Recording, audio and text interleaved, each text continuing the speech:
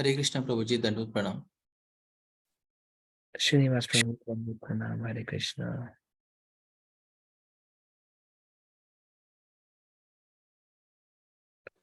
हरे कृष्ण प्रभु जी, दंडवत प्रणाम प्रभु जी।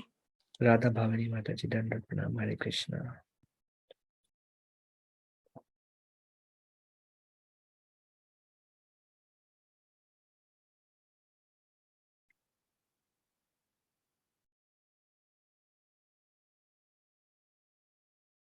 ओके।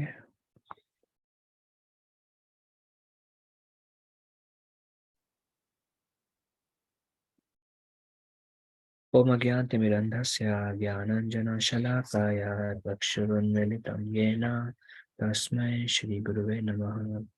श्रीचैतन्यमनोभीष्टं स्थापितं येन भूतले स्वयं रूपा कदा मह्यं ददाति स्वपदान्तिकं।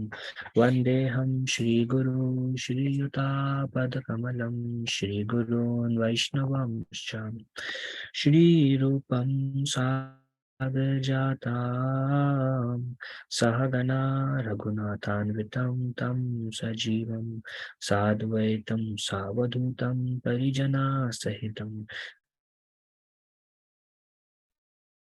कृष्ण चैतन्य देवं श्रीराधा कृष्णपादान् सहगना ललिता श्रीविशाखान्वितंश्च। हे कृष्ण करुणा सिन्धु दीनबन्धु जगत्पते गोपेशा गोपिका कान्ता राधा कान्ता नमस्तुते। तप्त कांचन गौरांगी राधे वृंदावनेश्वरी वृषभानुसुते देवी प्रणमामि हरिप्रिये। वंशकल्पतरुभ्यश्च कृपा सिन्धुभ्य एव च पतितानां पावनेभ्यो वैष्णवेभ्यो नमो नमः। जय श्री कृष्ण चैतन्य प्रभु नित्यानंद श्री अद्वैता गदाधर श्रीवासादि गौर भक्तवृंद। हरे कृष्ण कृष्ण कृष्ण हरे हरे हरे राम राम राम हरे हरे। मुखं करोति वाचालं पङ्गुं लङ्घयते गिरिं यत्कृपातमहं वन्दे श्रीगुरुं दीनतारिणं परमानन्दमाधवं श्रीचैतन्येश्वरं। नमः ॐ विष्णुपादाय कृष्णपृष्ठाय भूतले श्रीमते भक्तिवेदान्ता स्वामी इति नामिने। नमस्ते सारस्वती देवे गौरवाणी प्रचारिणे निर्विशेषा शून्यवादी पाश्चात्य देशतारिणे। पंचतत्त्वात्मकं कृष्णं भक्तरूपा स्वरूपकं भक्तावतारं भक्ताख्यं Namami भक्तशक्तिकम्।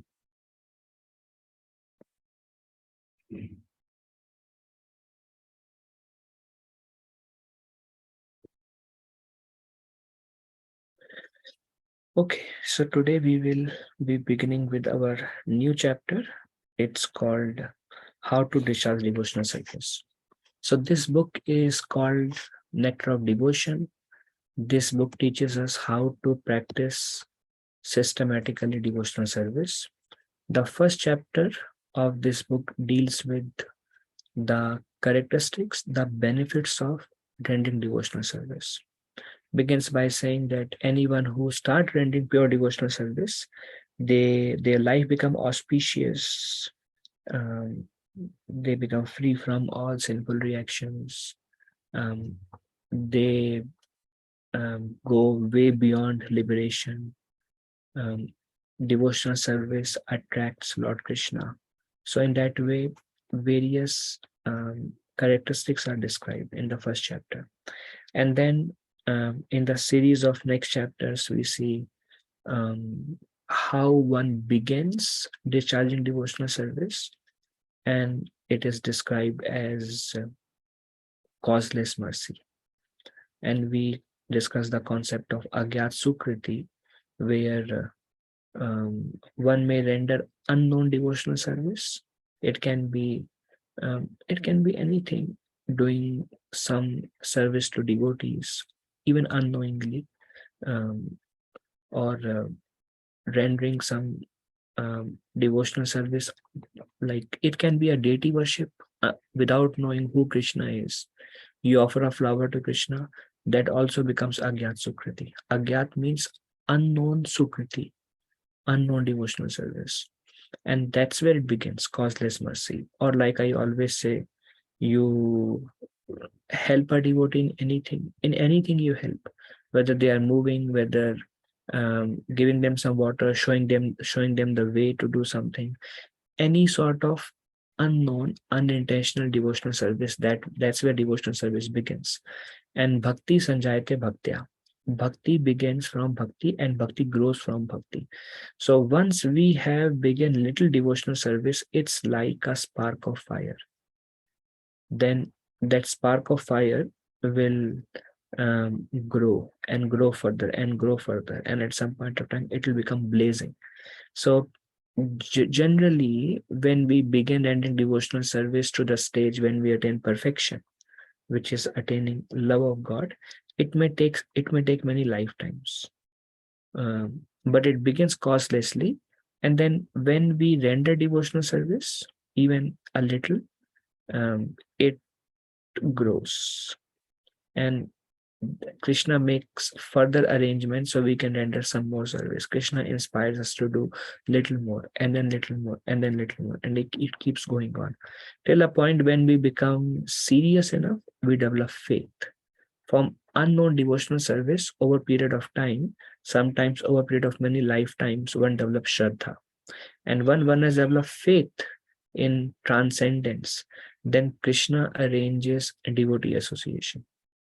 And then then they take up the process. After, through association, they develop further faith, and then they start practicing through chanting of the holy names, hearing, reading, offering food to Krishna. Then one becomes serious. When one becomes very serious, then one accepts a spiritual master and dedicate one's life to the purpose of the life becomes serious inquiry. Serious business of life is to please Krishna and attain love of Krishna and go back to Godhead. This after initiation means now seriously committed to the process, to the bhajan. And then gradually and eventually one goes back home, back to Godhead. So first we saw what are the characteristics, the 6 characteristics of pure devotional service. Then we saw where it begins, unknown devotional service, and it keeps on feeding and growing over a period of time. Then one becomes serious and sincere. um, and then we saw in our last couple of discussion that devotional service is very pure. Then we saw what is the um, um, um, eligibility, and we also saw that purity of heart is not required to begin devotional service, but purity of heart is required to render pure devotional service, but not to begin devotional service. Right now we are in the process of rendering devotional service, and this itself will be the steps through which we can attain at some point of time in future pure devotional service. What is pure devotional service? We saw the definition: anyabhilashitam shunyam jnana karma anavritam anukulina krishnanu shilanam bhaktiruttama. Devotional service which is free of any ulterior motives, which is done only for the pleasure of the Lord, which is free from speculative knowledge and fruitive activities, and which is followed through the example of great souls. When we are trying to follow the great souls, that is bhakti uttama, pure devotional service. So to begin, eligibility to begin is some causeless mercy. It grows, and then once we become purified, then we can start rendering pure devotional service. And then last couple of weeks we saw how devotional service is so powerful that it overcomes any um, mm, any flaws that may come from our birth, like not born in a Brahmana family, or having many bad habits, or having a very sinful past with lot whatever we have done in the past. So if one start rendering pure devotional service, then whatever is one's kind of discredits from the past, that are overcome. All the previous reactions are nullified, and one moves straight to the path back to Godhead. And we saw the example of Devahuti, that even those who were eating dogs, if they start ending pure devotional service, can become Brahmanas and worship the deities and become highly qualified. So it does not depend upon our past or our birth. And then we saw that the devotional service, um, uh, even if while rendering devotional service one commits a very abominable action, sinful activity, then the purity of devotional service, the purifying effect of devotional service will nullify us from any accumulated sinful activity. Even if by mistake we deviate, there is no need of prayaschita or atonement or lamentation. If one just keep rendering devotional service, it is so pure, it burns off our past history. Just like if there is a lot of dry foliage or dry leaves, and if you put little bit spark of fire, it will burn the whole forest. Likewise, we may have many dry activities or dry sinful activities in the past. Little bit devotional service will burn all of that. And then we saw that devotional service, even if in the course of devotional service one is not able to discharge one's occupational duty, which is common for people in this age of Kali, that we may not discharge all the prescribed occupational duties, there is no loss. Thus, the devotional service is like a kavach. Kavach means it gives us protection from all sides. As long as we are trying to serve Krishna, please Krishna, make progress in our Krishna consciousness, everything else becomes satisfied.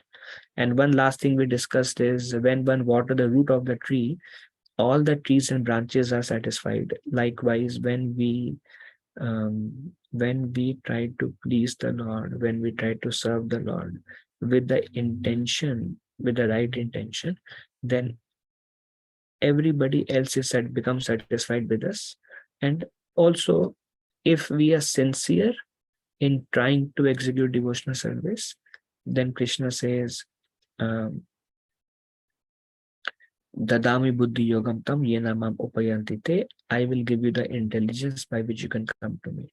So our whole progress, starting from beginning till the end, depends upon our taking up the process of devotional service. And if you see Bhagavad Gita, so far, whatever we discussed in Nectar of Devotion was only an introduction of what is devotional service, what is the benefit of rendering devotional service, how pure is devotional service, what is the eligibility required for devotional service, what is the mystery behind devotional service, which is even if one commits most abominable activity, he is to be considered saintly because he is fixed in his resolute determination to render devotional service to me.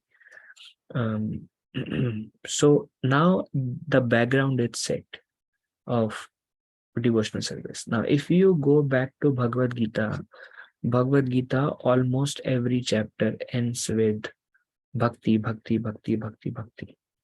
Devotional service, devotional service. If you just carefully, thoroughly read last 5 verses of all the chapters, you will be clear that the essence is to render devotional service. And this nectar of devotion it's about devotion. It's about how to render devotional service. So first 5 chapters goes in background, and 6th chapter today onwards, first we will see the summary of how to render devotional service. And then we will discuss each item in detail. Next 13 chapters will go in description of what we will study, just the names today. So there are okay, let's see.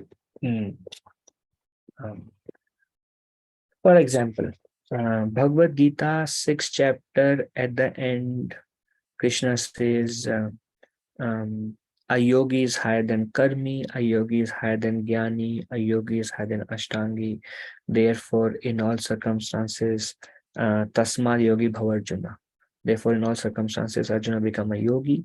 And then he says, Shraddhavan bhajate yamam samayukta tamomataha. Then he says, one who worship me within their heart, bhajate.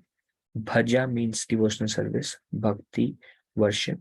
Bhajate yamam samayukta tamomata. He is the best among all. The best among all the yogis is one who render devotional service. 6th chapter conclusion. And any chapter you go, at the end, Krishna says, Sarva dharma parityaja ma mekam sharanam vraja. Aham tom sarva papebhyo mokshayishami masocha. Abandon all varieties of religion and just surrender unto me. Krishna says, and I will take care of you fully. And I will remove all your sinful activities. Just give up all the hesitations and just surrender unto me. And then before that, Krishna says, Man mana bhava madbhakto madhyaji mam namaskuru mam evaisasi satyam te prati jane priyosi me. Then Krishna says, Man mana bhava madbhakto. Bhakto means become a bhakta, become my devotee. Man mana means always think of me. Man mana bhava madbhakto madhyaji means worship me. If somebody asks where does Krishna says in Bhagavad Gita to worship me, he tells it twice. He tells it in 1864, and then he tells in the last verse of the 9th chapter. In the 9th chapter, 18th chapter, he's same thing. Man mana bhavan bhakto madhyaji, worship me, mam namaskuru, offer obeisances unto me. So Bhagavad Gita, yes, Bhagavad Gita speaks about karma, it speaks about jnana, speaks about three modes of material nature, speaks about the body and the soul principle, speaks about the time factor, speaks about the opulence of the Lord, speaks about the universal form of the Lord, speaks about the process of how one received the mercy of the Lord, speaks about the food in three modes, speaks about one ashram dharma, Kshatriya, Vaishya, Shudra, Brahmana, speaks about charity, austerity, penance, so many things, determination. Bhagavad Gita speaks about everything, but every chapter ends with, this can be attained by rendering devotional service unto me. What are the qualities of our devotees? What are the divine qualities? What are demoniac qualities? Everything ends with, by rendering devotional service, demoniac qualities will go, divine qualities will come. You will go beyond the three modes. First explanation of material qualities and how you go beyond it is devotional service. Now, unless we come now Prahlad Maharaj says, there are nine lakshana, Navavidhi lakshana. Their bhakti has 9 lakshana or 9 characteristics, or bhakti can be rendered in 9 ways. And Prahlad Maharaj is Shavanam, Kirtanam, Vishnu Smaranam, Padasevanam, Archanam, Vandanam, Dasyam, Sakhyam, Atmanivedanam. These are the 9 ways one can render devotional service. And what are those? Shavanam is hearing about Krishna. So first we have to come to understand that I am spirit soul, body is temporary, soul is eternal, soul has eternal relationship with Krishna. This material world is Dukhalyam Ashashvatam. Material energy is very strong and always pulling us down. We can be happy, satisfied, peaceful, internalized when we will connect with the Lord. And we can connect with the Lord through the medium of devotional service. Then what is devotional service? Hearing about Krishna, chanting Krishna's name, remembering Krishna, serving the lotus feet of Krishna, worshipping the deities of Krishna, offering prayers to Krishna, acting as a servant of Krishna, acting as a friend of Krishna, and surrendering everything onto Krishna. These are the 9 ways Prahlad Maharaj describes. Now, those are expanded by Sri Chaitanya Mahaprabhu himself. And those 9 became 64. Detailed study of how to render devotional service, there are 64 angas. When Sri Chaitanya Mahaprabhu was going to Vrindavan, those who don't know Chaitanya Mahaprabhu, Krishna appeared in the mood of Srimati Radharani, Sri Krishna Chaitanya Radha Krishna Nahi Anya. So Lord Krishna appeared in the mood of Srimati Radharani 500 years back in a form of Lord Chaitanya. And he propagated the bhakti movement and he revived the bhakti movement. He made bhakti or devotional service a household activity. Because although when Krishna came, he propagated bhakti, bhakti, bhakti, bhakti, bhakti. But how to practically do bhakti, he did not show. And nobody knew what to do, how to do. So in order to show and set an example, when Narad Muni asked him, my lord, you gave the teachings, but how will people accept and understand and apply? And how will bhakti become a household activity? How can every home be converted into a temple? How every person can be converted into a practitioner of bhakti yoga? Then Lord Krishna decided and told Narad Muni that I will come again. At this point of time, it's time for me to go back for my next activity. But I will come again in Kali Yuga to teach by my own example how to render devotional service, and that he came as Chaitanya Mahaprabhu. And on his way, when he was here, when he was around 28, 29 years old, when Chaitanya Mahaprabhu, he made a trip to Vrindavan. And on the way to Vrindavan, he met Rupa Goswami at uh, Prayag. And there he spoke about these 64 items, how to render bhakti. If you follow these 64, you are on the right track. This much important this discussion is. And then Rupa Goswami, after personally hearing from Lord Chaitanya Mahaprabhu instructed Rupa Goswami, whatever you have heard, write it down for the benefit of all time to come. And then Rupa Goswami wrote this book called Bhakti Rasamrita Sindhu. Means what is bhakti? How to access the Amrit of bhakti. Then these are the 64 items. That's why the name of the chapter is How to Discharge Devotional Service. Okay. Mention has been made in the Hari Bhakti Vilas about manifold aspects and features of this Vaidhi Sadhana Bhakti, but only the more important ones will be stated here as far as possible, which are 64 in number. Sanatana Goswami, brother of Rupa Goswami, further expanded on that. And Sanatana Goswami wrote a book called Hari Bhakti Vilas. It's even more detailed. And it's about Hari Bhakti Vilas, or how to perform bhakti to Hari. What are the rules and regulations to perform bhakti to Hari?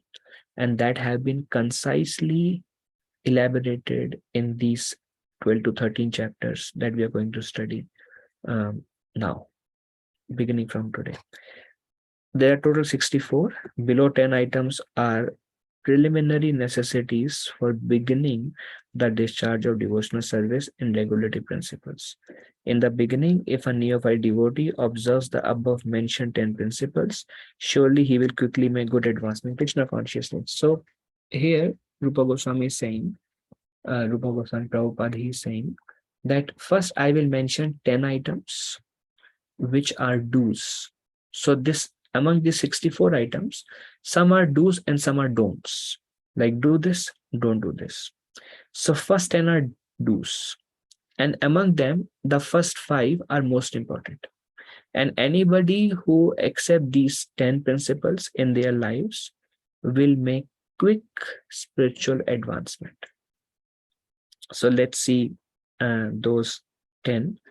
So first 5 preliminary necessities means the first 5 or 64, which are basic requirement to render devotional service. And that is accepting the shelter of a lotus feet of a bona fide spiritual master.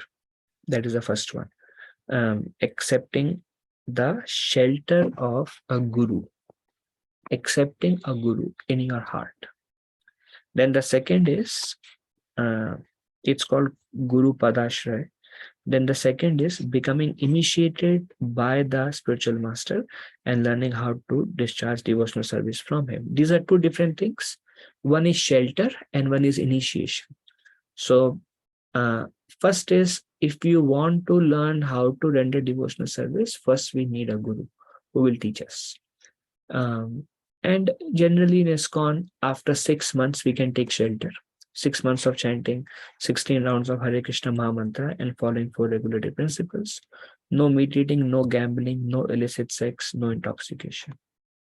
Um, um, After 6 months of practicing these 4 and 16 rounds, one can approach a spiritual master and can accept shelter. And then 6 months further, then one can become initiated. Ideally, goal should be within 1 year, I should try if I can get initiated, or at least if I can start aspiring after 1 year of 16 rounds. And then different spiritual masters have different requirements, and then we can get initiated as time permits. Then the third is serving the spiritual master and obeying his orders with faith and devotion. So first is accept the shelter of Guru, then um, take Diksha or get initiated, and then learn from him how to discharge devotional service. Learn from Guru. We will see this here also, but one should learn from Guru how to render bhakti. Because if we just read and don't hear from Guru, then we can interpret Bhakti Yoga in our own ways. There are many people who don't want to hear, but they want to only read. So they like Bhagavad Gita. Then they develop their own interpretations of Bhagavad Gita, their own understanding of Bhagavatam. And there also, they will accept Bhagavad Gita and Bhagavatam only according to their consciousness. Only some things will strike them, and they would remember those, and they would try to practice those, and various other things that Bhagavatam, Bhagavad Gita says, that they won't be able to realize and they won't be able to practice. And that's why Guru gives a wholesome teachings of Bhagavad Gita and Srimad Bhagavatam. So accept a shelter, get initiated, learn from him how to render devotional service, render service to spiritual master, and follow the instruction, obeying his order with faith and devotion. It is said that one of the offense to the holy name, the third offense to the holy name, is called Guru Avagya. Guru Avagya means disobeying the instructions of a spiritual master. Guru Avagya. So that's one of the reason, if we, that basically displeases Guru, and if Guru is displeased, then naturally our chanting will not progress. Our absorption will not progress. That's why one should be very strict to follow the orders of Guru with faith and devotion. Then following the footsteps in the great acharyas under the direction of the spiritual master. And that's what we are doing now. Right now we are following the footsteps of Rupa Goswami just by studying nectar of devotion. But then this is under the direction of Guru. Our immediate Shri Guru will enunciate the teachings of previous acharyas, and hearing through this disciplic succession, and then trying to apply, and then inquiring from the spiritual master how to advance in Krishna consciousness. So these are the first 5. Again, in simple words, approach a spiritual master, take shelter from him, get initiated from him, learn from him how to render devotional service, how to make progress in Krishna consciousness, do some menial service to him, take instructions from him, obey those instructions with faith and devotion. And this is the preliminary, and then learn the teachings of Sri Chaitanya Mahaprabhu and the Goswamis, our predecessors, through the medium of spiritual master. Try to practice them. This is the first preliminary 5. And then we have 5 more. Being prepared to give up anything. Now, at this point of time, it's just more of a reading. In this chapter today, just get accustomed to all the ways to render devotional service, and then in next 7, 8, or 9 chapters, we will just discuss each one in detail. Each one, what it means to accept the shelter, what it means to render service, what it means to give up anything material for the satisfaction of the Lord, what can we give up, what we cannot give up. So details will follow. Right now, just absorb the vibration. So being prepared to give up anything material for the satisfaction of the Supreme Personality of God, Sri Krishna. This means that we are engaged in the devotional service of Krishna, and we must be prepared to give up something that we may not like to give up. And also we have to accept something that we may not like to accept. In other words, we may have to give up something that we may not want to give up. For example, we may like to eat, say, the flesh of an animal, but then we say that, okay, I need to give this up in order to please the Lord. So giving up, then you made a progress. Or I want some kind of intoxication. Okay, you give it up. Or you accept something like, I don't want to chant. No, you accept it. And that's what it says, obey the orders of spiritual master, because he is telling something to us for our own benefit and based on the essence of scriptures. So we receive an instruction and then, okay, then let me chant. Accepting for the pleasure of Krishna, giving up something for the pleasure of Krishna. So this is the next point. And then residing in a sacred place of pilgrimage like Dwarka or Vrindavan, living in a holy dham. Now, how do we live in a holy dham? Prabhupada says, have Tulasi at home, worship Tulasi. Tulasi is called Vrinda Devi. Vrinda Devi, the word Vrindavan, the Krishna's home, Vrindavan, is it's the reason it has got the name Vrindavan is because of Tulasi Devi or Vrinda Devi. Another name of Tulsi is Vrinda. Vrinda Devi means she is the goddess of Vrindavan. Or wherever she resides, that place becomes spiritual world, because she orchestrates Lord's pastimes wherever she resides. We may not be able to see it, they are subtle by nature, but worship to the sea. And then accepting only what is necessary or dealing with the material world only as far as necessary. How much ever necessary, put that much endeavor in this material world. And a good portion of your time engage in Krishna conscious activities, because ultimately whatever time we spend in Krishna conscious activity is the only benefit to the soul. Our interaction with this material world is going to be temporary according to the body. Once body leaves, the soul leaves, once body dies, all the efforts goes into futile. All the material efforts will benefit only the body and no benefit to the soul. But actual progress is how much time we spend in making advancement spiritually. Yes, it is true that we come empty hand, we go empty hand. That is materially true. We don't bring anything material with us, we don't take anything material with us. But we come with some bhakti background and we can enhance it, and we will go with whatever enhancement we have made.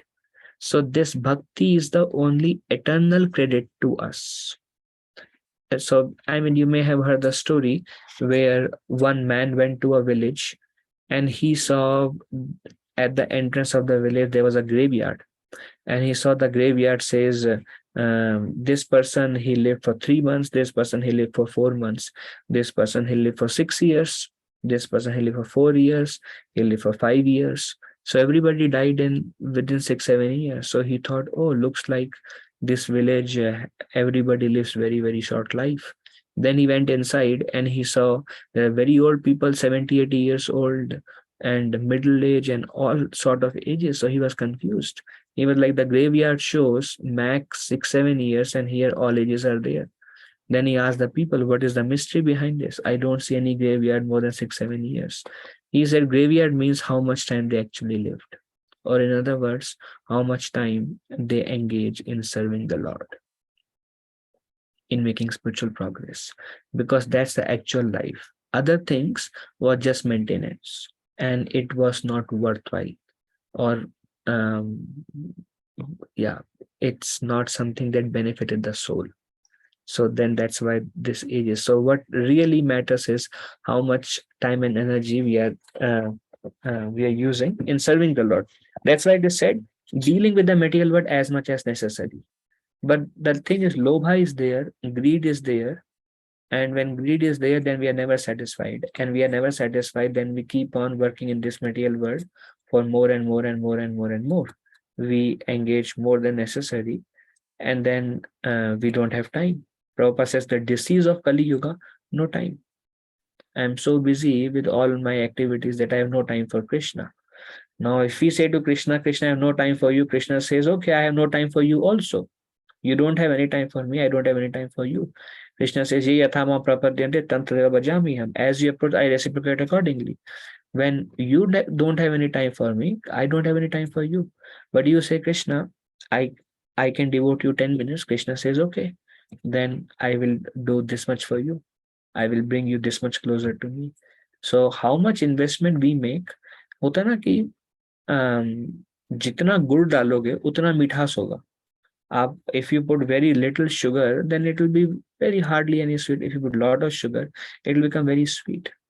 So likewise, accepting what is necessary and dealing with the material world only as far as necessary, and rest of the time engage in Krishna conscious activity. Prabhupada said, Grihasthashram means work 8 hours, sleep 8 hours, and remaining 8 hours, apart from bodily needs, engage in Krishna conscious activities.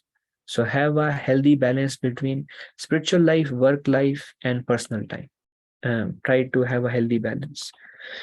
And then observing the fasting day on Ekadashi. So we will discuss all these in great details, and many of them will have some videos also that will begin once we start describing the 64 items in detail. And that's why this becomes a very, very important study.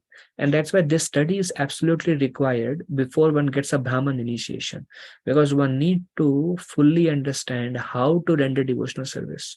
What are the 64 ways to render devotional service? And as much as possible, apply in one's life. Then one becomes a Brahman or qualified to worship the deities in the temple. So observing the fasting day on Ekadashi. Why fast on Ekadashi? Because Ekadashi is a day, it has two aspects. One aspect is Ekadashi is the most important day for making spiritual progress. Just like, in India, we see on Tuesday you worship Hanuman, on Saturday you worship sun god, and on various days you worship different demigods. Likewise, Krishna's day is Ekadashi, or it is very important day for Vaishnavas. Any devotional service rendered on Ekadashi is multiplied many-fold times. So more and more, Prabhupada says on Ekadashi, Prabhupada would say chant whole day. One time he said, Ekadashi means chant whole day. So like kind of bhakti on sale, or you get lot of benefit for the same devotional service you do, then do more and more so you get that much time benefit. Now, and the reason we fast on Ekadashi is because on this day of Ekadashi, all the hellish planets, nobody is punished. There is a whole story behind it, not going in detail. No punishment. Everybody is forgiven on this day. Otherwise, in the hellish planet, there is a constant torture to those who have committed sinful activities in their past life. But on this day, nothing. So what happens to all the sin of the whole existence, all the sinful reactions? Because by punishing, they nullify the sinful reaction by punishing. So where does the sin go for that day? All the sins enter into grains. So when we eat grains, we eat sins on this day of Ekadashi. That's why on this day, we don't take any grains. So fruits, nuts, vegetables, most of them. We don't use some spices like mustard seeds, rye, we don't use on this day.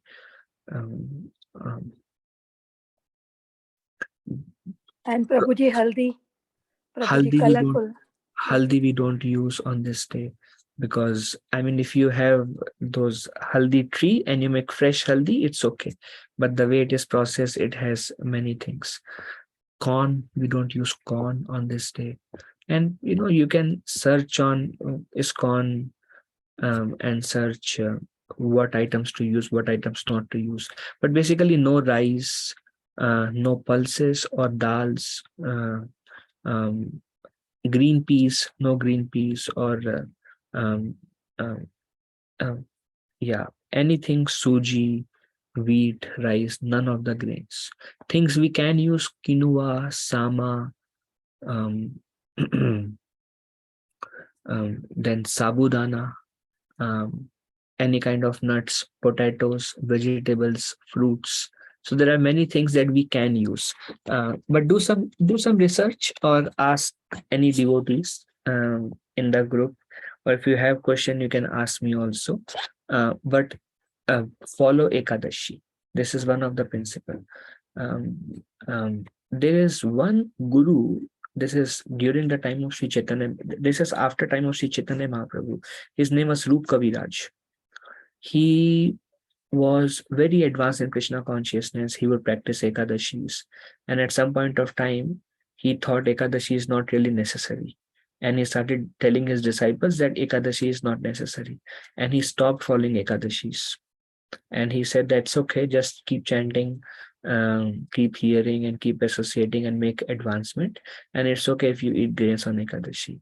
So later on, actually, he found fault in one great devotee of the Lord, Vishnu Priya Devi, and actually he fell down from his position because he was propagating a false doctrine, which is no need of following Ekadashi. And if you see Chaitanya Charitamrita, Lord Chaitanya Mahaprabhu asked his mother Sachi Mata, Mata, give me one vow. So Sachi Mata said, what do you want? Then Chaitanya Mahaprabhu, small in the form of small child, he told Sachi Mata, take a vow that you will never eat grains on Ekadashi.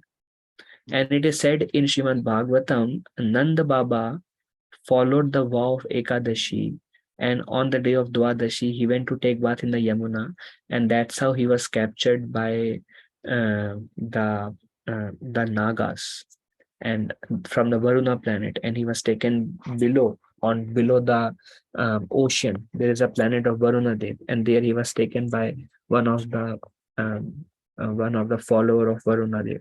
So that shows that Nanda Baba, Krishna's own father, would follow Ekadashi. Chaitanya Mahaprabhu would follow Ekadashi, and Lord Ramchandra would follow Ekadashi. Um, and Ambarish Maharaj performed the Ekadashi vow for 1 year. After that, when he was about to break the Ekadashi vow, then he came, Durvasa Muni came. And then the whole story of Ambarish Maharaj happens there. So this is Sati Yoga, and he would follow Ekadashi vow. So Ekadashi is something which is coming since time immemorial. Any temples in India follow Ekadashi. So one should be very strict with following this principle. And that's why it comes under the first 10, which are most important principles. Very important to follow these. Accepting Guru, hearing from him, inquiring humbly from him, serving him, obeying his instruction, and then what deal with material world as much as necessary. Other time, significantly engage in your Krishna conscious activities, worship Tulasi at home, um, willing to give up anything not conducive for your advancement, willing to accept even without our will things that are pleasing to the Lord, and then follow the vow of Ekadashi and worshipping sacred trees like banyan tree. It is said that banyan trees are representative of Lord Vishnu. But for us in today's time place circumstances, if you're worshipping Tulasi, that's sufficient. Worshipping Tulsi. Tulsi worship is very important. Every day in the morning, it is said, Yani kani cha papani brahma hatyadikani cha tani tani prana shanti padakshina pade pade. Yani kani cha papani brahma hatyadikani cha. If you offer water, chapa pani means water. If you offer water, um, Brahma Hatyadikani cha, you are relieved from the sin of Brahma Hatya, killing a Brahmana. I mean, this is the glory of Tulasi. You go to temple and you see somebody worshipping the Lord, a Brahmana, and you kill him. Even that sin is nullified by offering water to Tulasi. very, very pure. That's why Prabhupada emphasized that everybody offer water to Tulsi. Only 3 drops sufficient. We don't have to overwater her, otherwise she will suffocate. But offer little water. यानि कानि च पापानि ब्रह्मा हत्याधिकानि च तानि तानि प्राणा शांति प्रदक्षिणा पदे पदे. प्रदक्षिणा मतलब उनके circumambulate Tulasi pade pade, step by step. We circumambulate Tulasi 3 times every day, and then we offer little water to her. That's how we can we get relieved of whatever sins we may have committed the previous day. That's how we can live a pure life just by simple act of offering water to Tulasi. So worship Tulasi, follow Ekadashi, and we will discuss these in more details with every chapter. We will see at least 7-8 slides or at least 4-5 slides on each section and importance of each of them and details of each of them. And next 3-4 months or maybe at least 3 months will go just in discussing these 64. For now, only the names and some understanding of it. Without following the next below mentioned 10 principle, one cannot properly elevate himself to the platform of sadhana bhakti or devotional service in practice. Altogether, Sri Rupa Goswami mentions 20 items, and all of them are very important. Out of the 20, first 3, namely accepting shelter of bona fide spiritual master, taking initiation from him, and serving him with respect and reverence, are the most important. So first 10 are things to do: Ekadashi, Tulasi, 5 related to spiritual master.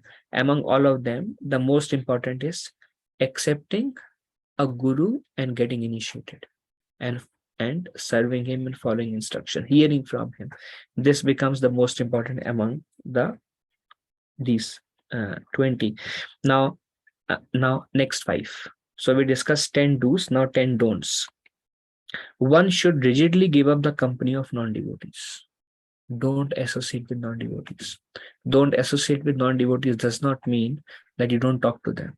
Don't associate with non-devotees means don't be intimate with them. Don't take guidance from them. Don't reveal your mind to them, and don't get inspired from them. All these things together, then you are not taking association. Once again, it does not mean to not be with them. You can be with them for the sake of office, for the sake of relatives, whatever it is. But don't eat food cooked by them. Don't share your heart with them. Don't humbly inquire from them. Like, I'm going to this ISKCON programs, reading Bhagavad Gita. What do you think about it? No. Don't inquire from them. You can inquire from them material things. Like, I'm looking for a job. What skill should I do to get a job? That's okay. But in your heart, devotional service, no inquiry. Don't reveal also. Okay, I'm going through this, and this is what. No. Don't reveal, don't inquire, don't take their association. Taking association means you see somebody become a manager, then taking inspiration means I also want to become manager. Or you saw them buying a new house, I also want to buy a new house. Why they bought a new house? I mean, you can become manager, you want to become these things, that's okay. But then when we take association, when we are inspired by their desires, then we will start running behind those desires. And when we start chasing behind material desires, our spiritual inclination will become weak. We want to make our desire strong is to become Krishna conscious, to become pure, to to develop taste in the holy name. These desires desire to Nam Ruchi Jivadeva Vaishnav Seva, desire to serve the devotee, desires. So don't take inspiration from them. Okay, and then one should Yeah, okay. One should not instruct a person who is not desirous of accepting devotional service. Very important. Don't instruct somebody who is not favorable, who is envious of Krishna. Most of people in this world are envious of Krishna. This is one of the quote from Prabhupada. Yesterday only I was hearing this Prabhupada's quote, and Prabhupada was telling that most of the people are envious of Krishna. What does it mean to be envious of Krishna? You tell them worship Krishna, and they're like, that's because of envy. I don't want to worship Krishna. So those who are not open, see, only very few people will accept Krishna. Why? Because Krishna himself says, um, Bahunam janmanamante jnanamama prapadyate vasudeve sarvamiti sa mahatma sudurlabha. Bahunam janmanamante. After many births of pious activities, one can come to the understanding that Vasudev Krishna was Sarvamiti, he is everything. Sa Mahatma Sudurlabha. Such a Mahatma, such a great soul is very rare. So when Krishna himself is telling a person who accepts Krishna consciousness is a Mahatma and he is Sudurlabha. He is extremely rare. And he has attained piety from जन्मों जन्मों से अच्छे काम कर रहे हैं, भक्ति के काम कर रहे हैं, तब जाके आज भक्ति भगवान को समझ पा रहे हैं, वो श्रद्धा ही है उनके अंदर, वो जन्मों जन्मांतर के बाद आता है. Maybe one among millions will be like favorable to Krishna consciousness and they are coming from the previous lives. But the thing is, when you instruct somebody who is not favorable, then it is like feeding milk to a snake. If you feed milk to a snake, the snake poison will increase. So if you glorify Krishna to those who are envious of Krishna, their poison for Krishna will increase. So what do we do that? How do we show compassion? Give them some prasad. Invite them to the program. Or basically don't speak deep Krishna conscious philosophy to those who are not ready to listen. Be careful. And one of the offenses to the holy name is instructing the faithless about the glories of the Lord. So we don't do that. Rather, if you tell them, no, we have Bhagavad Gita program, Bhagavad Gita is manual for human life. Very nice teachings. Hear it once, see how it feels to you. Sufficient. Or, this is Hare Krishna Maha Mantra. It helps us to grow spiritually. It's very nice. Try this. Good. But if you say those who are envious Krishna Supreme Personality of Godhead, they cannot take it. Because, the reason they cannot take it is because of they're faithless people. And it takes time to develop faith. So give them baby steps. Basically, the goal is at the end of your interaction with any new person, you want to make them come closer to Krishna. If you become angry with them, if you start arguing with them, then they will never come to ISKCON. So make sure your interaction gives them one more step of faith rather than taking them away from Krishna. So one should not instruct a person who is not desirous of accepting devotional service. See, very good lesson from Bhagavad Gita is the interaction between Lord Shri Krishna and Arjuna. Arjuna was telling Krishna, I should not fight. Krishna did not speak a word. He did not start instructing me. Krishna does not say, when Arjuna is telling, I should not fight, the ladies will become widows, the kingdom will be tainted by blood, and then so many reasons. Then Krishna does not say, Arjuna, become my devotee, surrender unto me, worship me. He did not give that instruction till Arjuna became favorable. When Arjuna surrendered, he told Krishna, Krishna, I accept you as my guru. Whatever you say, I will do. Please instruct me, I beg you. Then Krishna said, you're acting like a fool. And then also he gave very simple philosophy is perform your karma. Perform your duty without attachment. Perform your duty for the satisfaction of Lord Vishnu. He does not bring the point of surrender to bhakti. But then until 6th chapter, Krishna is only speaking about. You can be whatever you want. I will be. I'll be tigress. I'm tigress. Then I'll be poor. Tigress is English though. Wait a second, Anna. Tigress is my favorite character. Because I said you can be tigress. Yay.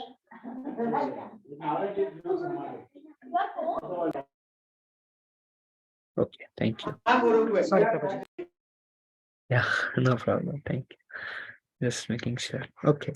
So don't instruct a person who is not desirous to accept devotional service. So we were discussing, Krishna did not directly tell him the essence. He gradually uplifted Arjuna to the point Krishna is gradually developing faith in Arjuna. When Arjuna was ready, Krishna told him, my most important instruction is that you surrender and you try to become my devotee and you always remember me.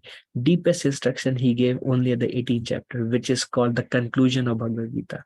That's when he says, so one should not instruct or don't give him instruction beyond their adhikar. That, or in other words, if you say something, you should be conscious, whatever you are saying, they are willing to accept it. You start with little, then go little deeper, go little deeper, how much ever the conversation allows. And the Lord is sitting in the heart of all of us.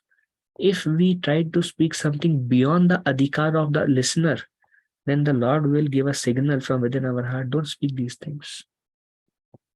So then we should be willing to listen to the Lord in our heart.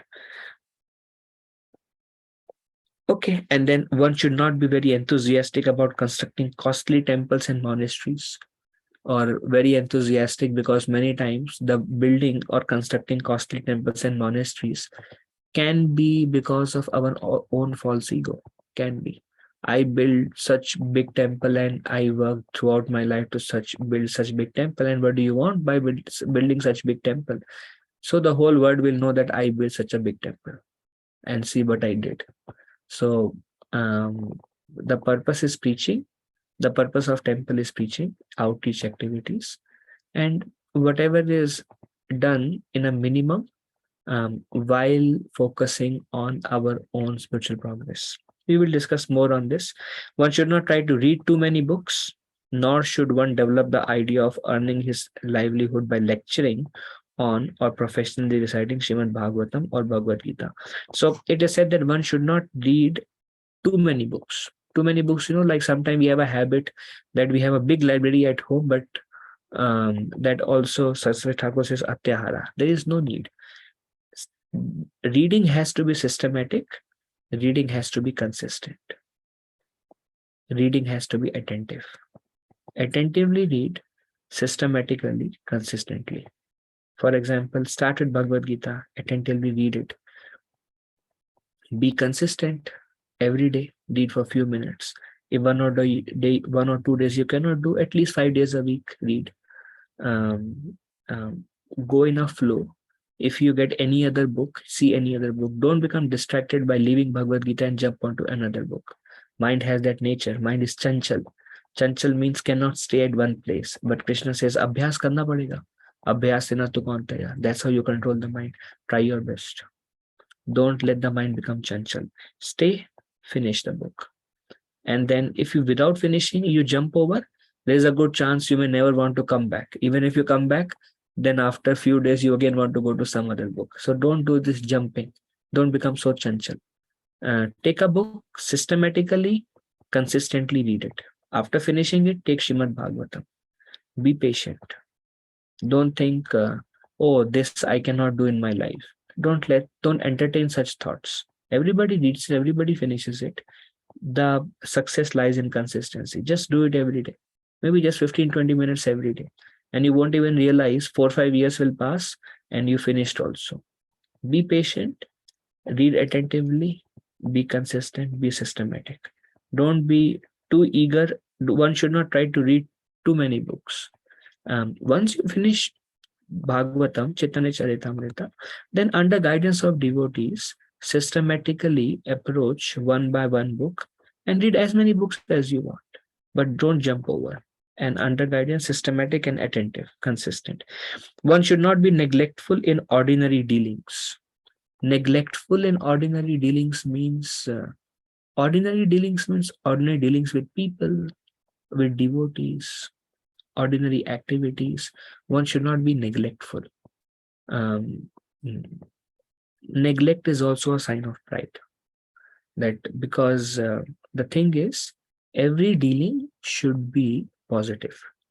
Our Bhakti Tirth Maharaj says we should deal with others as if this dealing will positively or negatively impact my relationship with Krishna. Then how carefully will we deal if we know that my relationship with Krishna is dependent on this dealing? So don't be neglectful in ordinary dealings.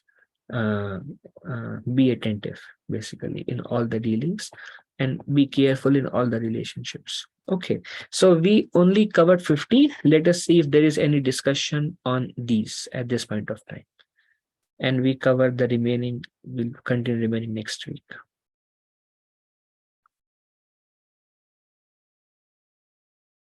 Any questions?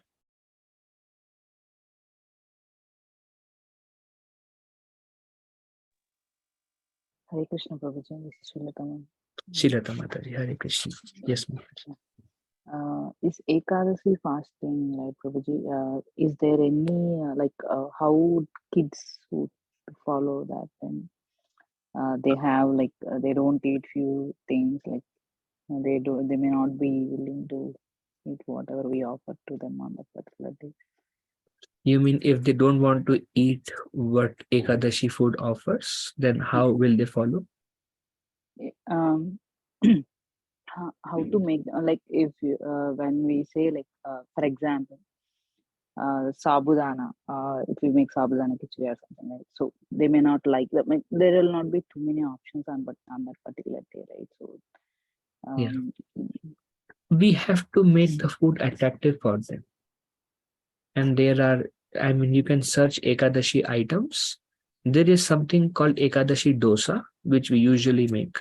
It's basically equal amount of sama rice and quinoa. Say 1 cup rice, 1 cup quinoa, and then you grind it.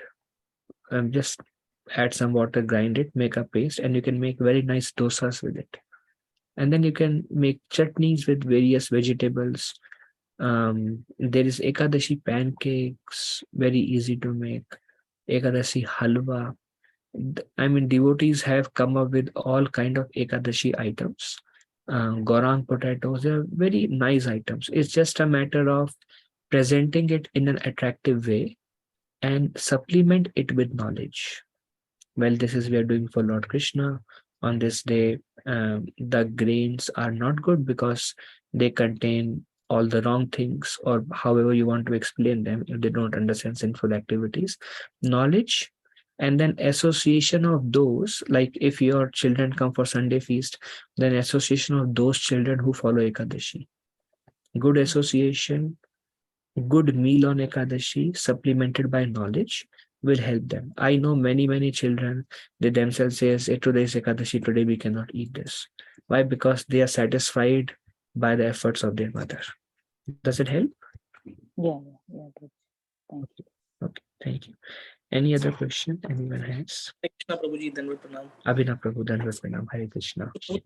In daily lives, you meet a lot of non-devotees, and majority of these non-devotees don't have an opinion about your devotion, but there are some devotees that would go out of their way to give logic and reasoning behind what you are following is not correct, and why one should not be following the path of Krishna consciousness.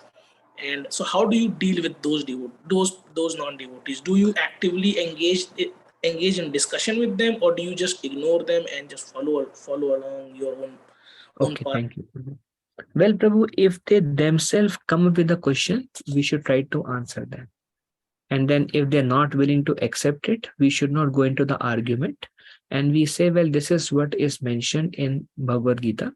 And we follow Bhagavad Gita as an authority because it was spoken by Lord Krishna. And that's the opinion of Lord Krishna. And we are just trying to follow it. So don't take it to your heart. Don't go into the argument. Don't go into that, that heated discussion. Answer it based on scriptures and say, this is our understanding. And if they're not willing to accept, then try to take yourself out so that it does not go on an egoistic level. Take yourself out and say, well, there are some devotees, why don't you come once and have a discussion? I see you are very sincere. I think it may be helpful, and whatever the answer is, I think it will help us grow. And there is always opportunity for growth for everyone, and it's good to hear their perspective. Somehow or other, keep it positive and end it positively. Then you are good, Prabhuji. Thank you, Prabhuji. Okay, thank you. Anything else? Prabhuji, one question regarding Tulsi Maharani, Prabhuji. Yes. For offering prasad, we have to put the tulsi leaf for prasad, no Prabhuji. I mean for offering, no Prabhuji. Yes. So plucking tulsi leaf every day, is it? I mean, somehow I don't feel like plucking the tulsi leaf every day.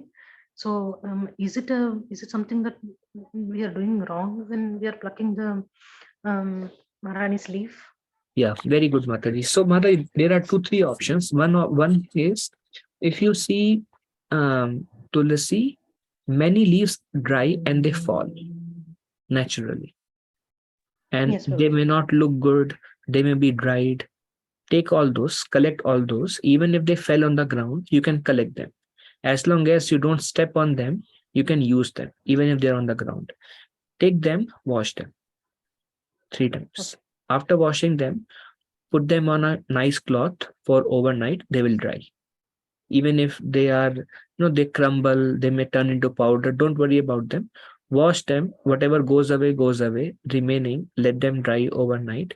The next day, store in a box and take a little, and you can make it into powder because they are dried anyways, and just sprinkle a speck of the powder.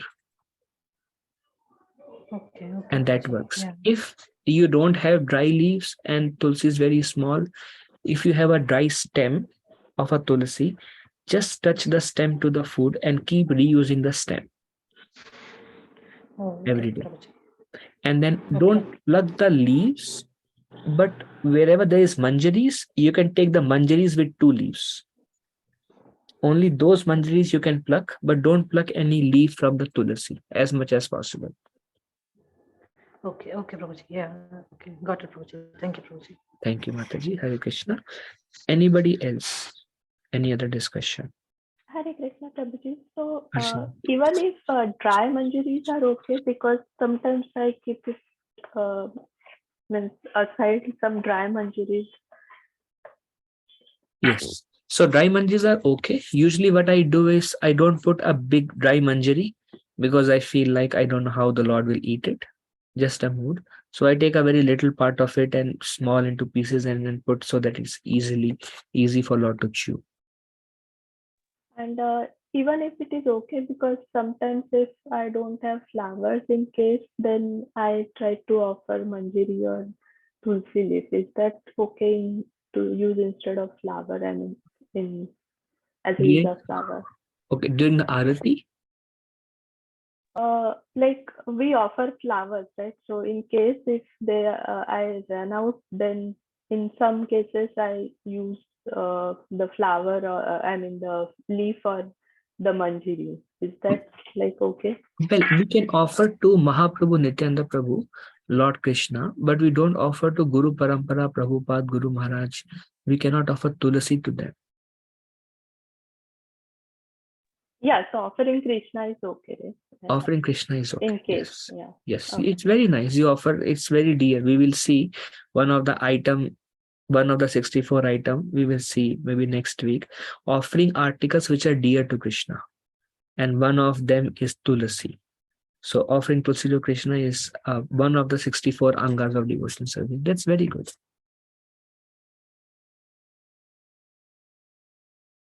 All right, Mataji, thank you. Is there any other question or discussion? Prabhuji, one more question. So we don't eat all vegetables on Ekadashi. So is there any specific reason like to eat particular vegetables? Well, general recommendation is don't eat vegetable which has or fruits which has lot of seeds. That's what they say, which have lot of seeds. But like in vegetable, anything which is not grain, mostly we eat. Capsicum we eat, cabbage, paneer, aloo, or spinach. Most of the vegetable that we get, gobi, cauliflower, all these are okay. Corn, green peas, don't eat. Okay, thank you, Prabhuji. And if you tell me a specific vegetable, then I can say lauki is okay, desi tori is okay, or most of the vegetables that we know are generally okay. But if you have a confusion, just Google this Ekadashi can we consume, and you will get an answer generally. Yeah, I got the logic of seeds, I think. Okay. Yeah, Thank thank you. Thank you. Anything else?